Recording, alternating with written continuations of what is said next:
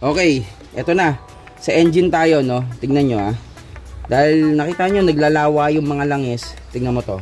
Sasample lang ko kayo. Ito, oh. Yan. Nakita mo yan? Oh. Lublub sa langis. Palagay mo gumagana pa yan. Di ba? Wala na yan. Oh. Talagang kapag nakita mong nagdidrip na yung mga langis dito sa ano. Oh, dami. Nako. Ewan ko kung gumagana pa to. Dapat to ma-testing mami. Sana gumagana pa para hindi tayo mapagastos. Pero yan. Oh. So ngayon maganda to.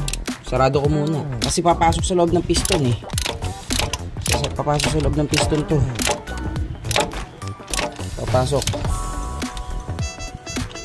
Dapat to ma-evacuate muna yung langis oh. Grabe. Evacuate muna. You know, good morning mga idol.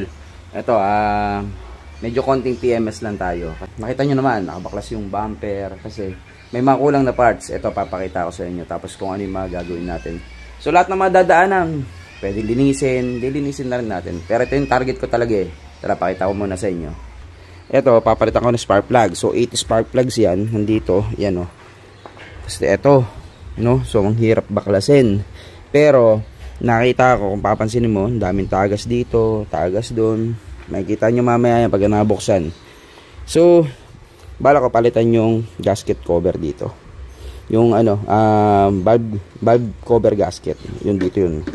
So, tanggalin natin lahat ng pwede nang tanggalin dito sa ibabaw. So, actually, halos lahat yan. Kailangan baklasin.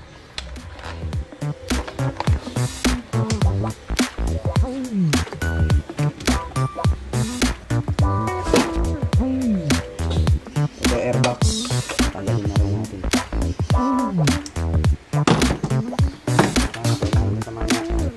Change oil na rin mamaya oh. Madilim. Tanggalin natin ito mga intake. Pero kapag hindi nyo kabisado, gawin nyo, picture-picturean nyo ha. Kasi mamaya mga hose, meron kayong hindi maikabit o makalimutan nyo kasi nalagay. Yun, malagay yung picture-picture. Okay.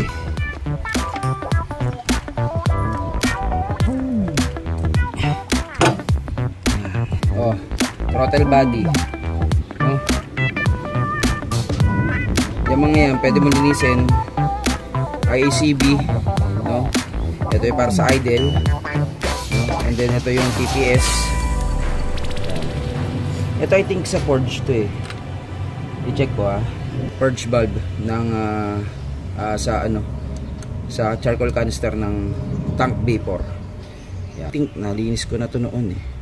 Pero pwede naman linisin din ulit.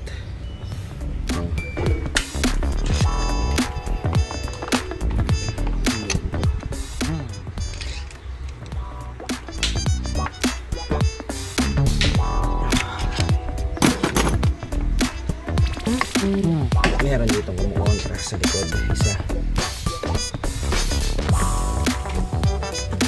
Bilis maginawa. Yan. Ito pwede natin linisin. Tignan mo. May mga dumi rin. Okay. So tignan natin to. Kasi meron siyang ganito. Okay. Diba? So ito may gasket po. Linisin na rin natin to. Okay, so ito na no, nabaklasin natin yung intake manifold. So, makita mo naman sobrang dumi. Gagawin natin is magpapalit na rin ako ng spark plug since nandiyan ka na rin, di ba? Then yung manifold, yung cylinder head cover gasket, valve cover gasket, palitan na rin natin yan. So, lahat na madadaanan mo, palitan mo na kasi sayang yung baklas mo eh, no? Napakadaming baklasin tapos hindi pa idadami. So, kaya ito isa, paano na lang nag-PMS kapag gagawin? Langis. Tara gawin natin. Okay, so spark plug. 8 ang spark plug nito, makita ninyo. 1, 2, 3, 4, 5, 6, 7, 8. 8. So baklasin ko lang yung mga ano niya, ignition coils. So sa pagbaklas no, sample lang ko kayo ng isa. Pagka nagbaklas kayo, huwag niyong pagpapalitin ha. Yan na yan. Nakaset na yan ng ganyan. Yan, bunutin nyo lang to. Sa akin, nagkawala na yung mala ko. Yan ang problema niyan. Sudurog. So, baklasin mo lang yan, then mahugot mo na. So, ito ko number 2, no? 1, 2, 3, 4. Ito number 2. Huwag mo ililipat sa 1. Huwag mo pagpapalitin. Mas maigi na yung magkakaganyan sila. Okay, tara. Okay.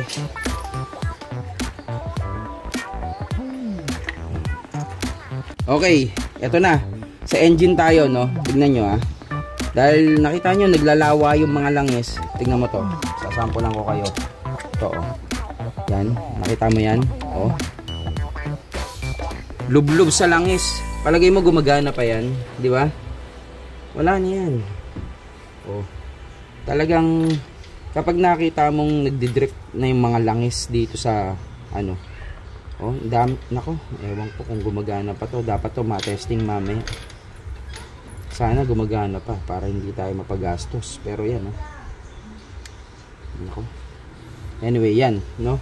Oh, babaklas pa ako ng isa. Tignan pa natin, ha. Okay. So, baklas pa tayo ng isa. Oh, tignan mo. Lublub sa langis, oh. Gagana pa ba yan? Di ba? Isa pa.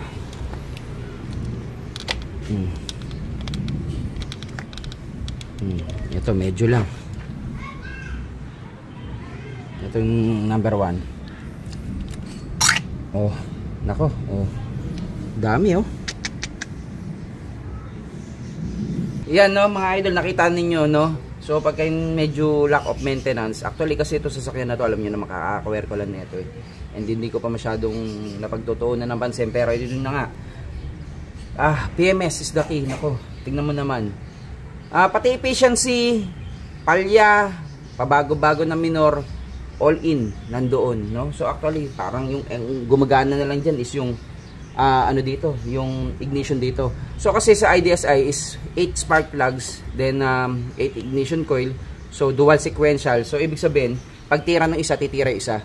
So hindi mo mararamdaman na pumapalya ka na kasi may tumitira pang isa, pero malamang naka-retard yung isa, eh, no? Late yung isa. So hindi ko lang matukoy, ma-sure, no, sa ngayon kung ano dito yung primary. Pero kung sakaling yun ang primary, naku, patay ang ano mo, ang fuel consumption mo. Medyo lalakas. Bakit? Kasi doon nga siya naka-design para tumipid. Yan, hindi gumagana yan for sure. Yan, tara, tuloy natin. Okay, so tuloy natin, no. So yun nga, ang target natin is mapalitan yung cylinder head gasket, which is dito yun. Tanggalin lang natin yung mga nakasagabal para hindi na tayo mahirapan pa. Okay, so ito yung babaklasin natin. So kung titignan mo naman tong langis nito, hindi siya ganun ka worst naman. Tignan mo, oh. Kitang-kita yung linis niya pa dito. Then kapag tinignan mo yung loob, yan, tanaw pa. Hindi naman siya ganun kadumi yung sludge, no? So sige, baklasin natin para malaman natin ang gusto. Wala nga, oh.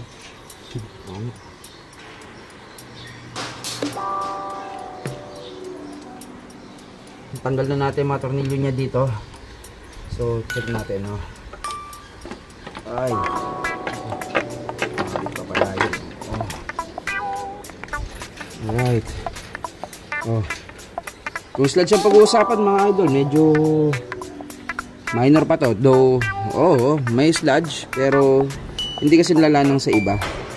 I think hindi na masyadong nakakabara ng gusto. Ito yung papalitan natin. Ito. Malambot pa, pero wala, ito matagos na siya dyan. Malamang, pati doon sa tornilyuhan. Okay. So, ayan, oh, makita mo, magmamanifest dito yung mga langisan dito dumadaan, no? Yan. Ito, sa bilog-bilog. Yan, oh. Yan, oh. Dami. Hanggang dumadaan, no? Pababa. Pagkita mo naman, eh. At yung marka ng tulo. Yan, oh. Kung titignan mo, yan, oh. Diyan dumadaan yung mga langis. Yan, oh. Kasi kung titignan mo, oh. Yan, oh. Dumadaan, oh. Yan, oh. Yung tulo niya, oh. Ito, ganun din.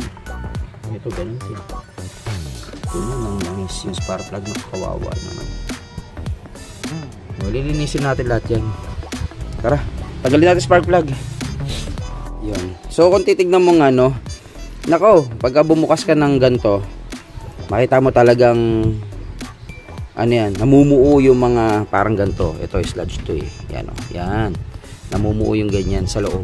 Ito naman is actually hindi pa ganun kalala compare sa iba. Marami yan mga idol, marami. Talagang punong-puno, itim na itim. Ito medyo okay pa naman. Pero though, makita mo may mga build up din. Pero sabi nga nung iba mga naka Honda is gold. Pero sa akin, medyo nagbi-build up na rin sludge yan. Pero okay pa naman. So ito, pwede mo nang i-adjust yan, no? So meron tayong hiwalay na video sa pag-adjust niyan. Ako i-check ko lang. Then malalaman kung mag-a-adjust ako mamaya. Pwede ko rin na may adjust, pero malalaman. So ngayon, baklasin mo muna yung mga spark plug niya. Pakita ko sa inyo. Okay, so spark plug. Actually ito, itong part na to, nabisita ko na to. Noong nakaraan. Pero ito ang hindi ko pa nabibisita, itong part na to. Nakaw. Dito. Ewan ko, nakikita mo, yan oh. Oh, punong-puno ng langis oh, grabe. Okay, so ngayon maganda to, sarado ko muna kasi papasok sa loob ng piston eh. Kasi papasok sa loob ng piston to. Papasok. Dapat to ma-evacuate muna yung langis oh. Grabe. Evacuate muna. Yan oh, evacuate natin yung langis niya. Yan, dami.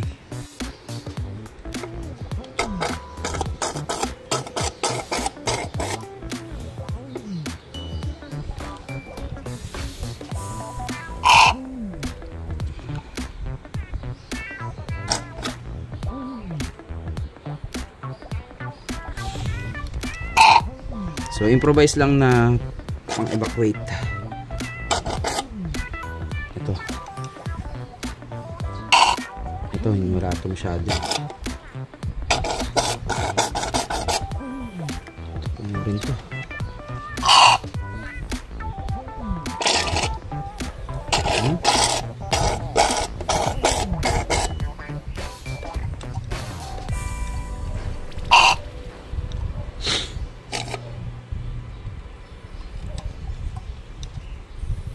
Yan.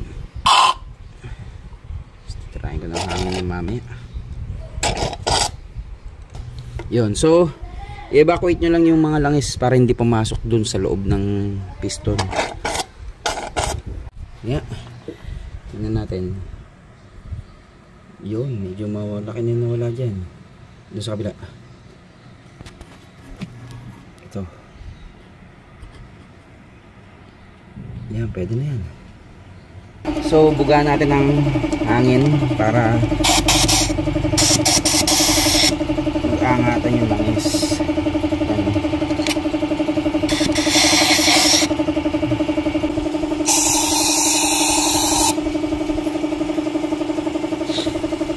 Okay.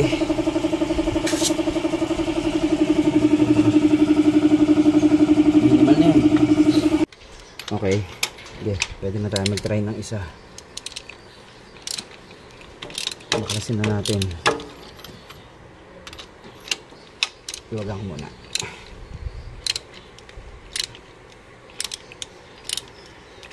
Okay. Ito mga idol, tip lang. Kung sakaling hindi nyo mahugot yung spark plug, ito gamitin nyo. Kasi minsan walang walang rubber eh. Yan, oh, tingnan mo. Medyo tuyo naman pero hindi na natin masabi yan. Diba?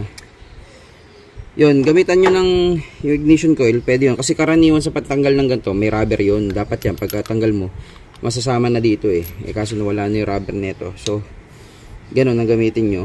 Or else, may magnet kayo. Ito. Ganyan. Diba? Anyway, yan oh. Punong-puno ng langis. Pero baklasin pa natin iba. Sigurado ganito rin yun.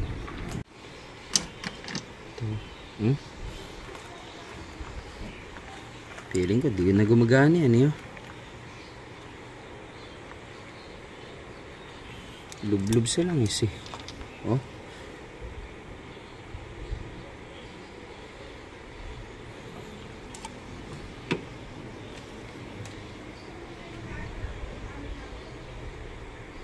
Yan.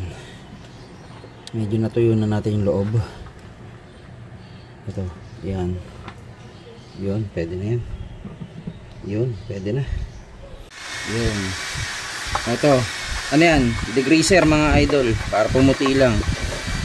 Eh, nasa tiyaga nyo na lang din ha. Ako, dinigrease ko lang ng konti. Tapos banlaw ng tubig. O, syempre, Kotse Max degreaser yan. Yan o. Luma na tong akin eh. Tinatamad ako kunin yung bago. Pero may bago ako nito.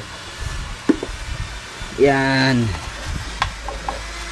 So, banlawan nyo lang ng tubig pagkatapos. Yun. Oh, assemble tayo. Ito no, nilinis ko lang ng konti. No, gas lang, tiyagain nyo lang. No, hindi ko muna tinanggal spark plug dahil nilinis ko eh. Pero tatanggalin ko na yan. Tapos ito, lalagyan natin ng gasket yung bago. Yung tiyagain nyo na lang. Hindi ako ganun katyaga ngayon dahil ang dami kong pending eh. Yun. So, yan, lalagyan natin ng gasket. Tapos, yun na. Ito yung bagong gasket oh. Federal Mogul to eh. Yun. Tara, install natin. Yun, install natin yung gasket niya. Okay, game. Yan o, na-install na yung bagong gasket. Then, ito dito. Sarado na natin. Goods na yan.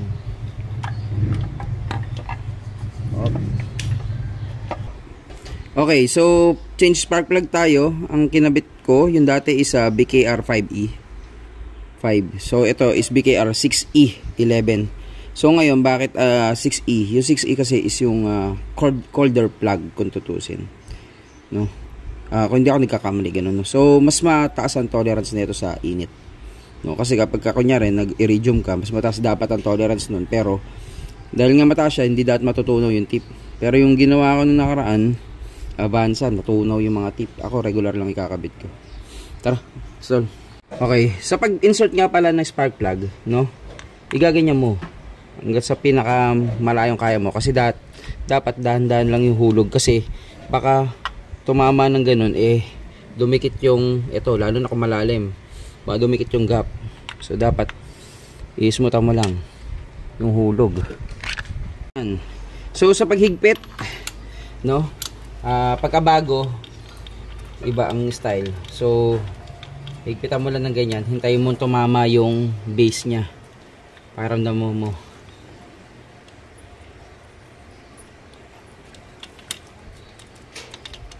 Yan. Pag tumama na yung base, no? Kailangan mo na yan. Pag tumama na yung base, ang gagawin mo dyan is 1/2 turn or 2/3. So from dito, papunta dito. Wala sa is. Yun yung higpit nya. Yan. Ganon yung higpit. Kasi ang nakalagay dito is 1/2 or 2/3. So pwede ka pang umabot ng mga banda rito. No? So dito or dito. So 1/2 turn. Okay? Sa akin, dagdagan ko na konti. Yan, 2/3 turn ako. Okay? Ganon. So gawin mo lang dito sa ibang plugs. Ganon din. So 1/2. Ganyan, 1/2. Pag 2/3 kasi, tatlong hati. 1, 2, 3. So, mga banda rito. Alas 7. Kalahati. Ito yung 2/3. Yan yung kalahati. Ito yung 2/3. Mga dyan. Yan, ganun. Okay, so ganito ang pag-test, ano? Kunyari, yan. Ito normal to. Yan, o. Yan, makikita mo normal yung takbo niya, no, pino, no. So ngayon gusto mo malaman kung gumagana yung dalawang spark plug sa Honda City to, no. Pero kapag apat lang ang spark plug, testingin mo lang apat lang. Pero sa Honda City ang gagawin mo para malaman mo kung gumagana yung spark plug niya is bunutin mo yung kahit yung socket lang. Kunyari ito. So yan, pag binunot mo isang socket, tingnan mo normal pa rin yan. Bakit? Kasi dalawa nga yung spark plug niya. So dapat pag binunot mo yung isa pang socket niya, yung isang spark plug niya, yan o, maalog. So ibig sabihin,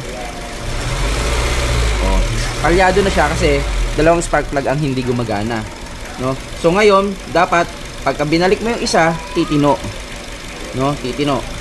Yan, kunyari, kinabit ko to. Nakabunot to, no? Yan, no? Makita mo. Tino, no? So, ibig sabihin, gumagana yun. Kaya pag binunot mo, papalya uli. O, palyado. Then, testing mo ito kabila. O, pagka binalik mo yan, dapat tino uli, no? So, tetestingin mo, dapat pagka binunot mo silang dalawa, sabay, palyado.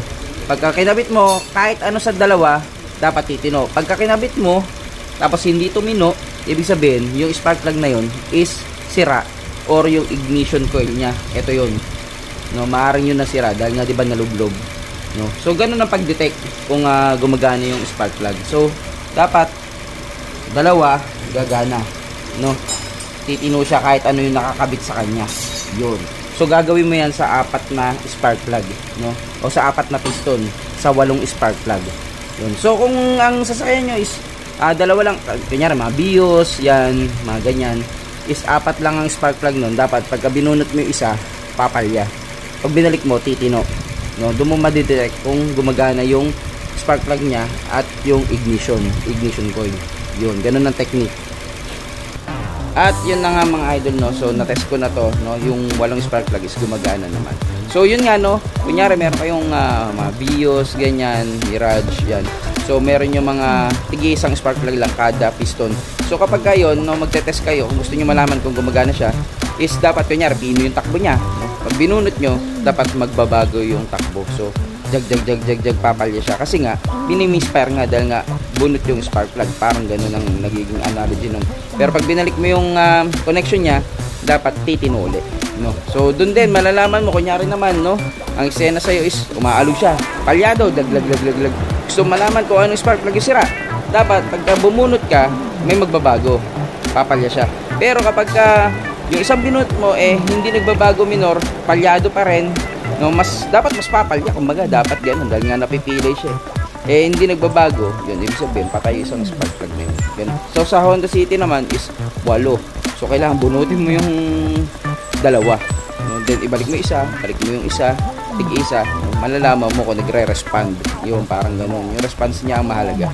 Yun. So iyon mga idol, PMS ng onte, kayang-kaya yan, DIY lang, di ba? At sa next episode natin mga idol, yun, abangan nyo na lang. Gagawa ulit tayo ng mga videos tungkol sa mga maintenance sa sasakyan. At yun lang po muna mga idol. Maraming salamat po.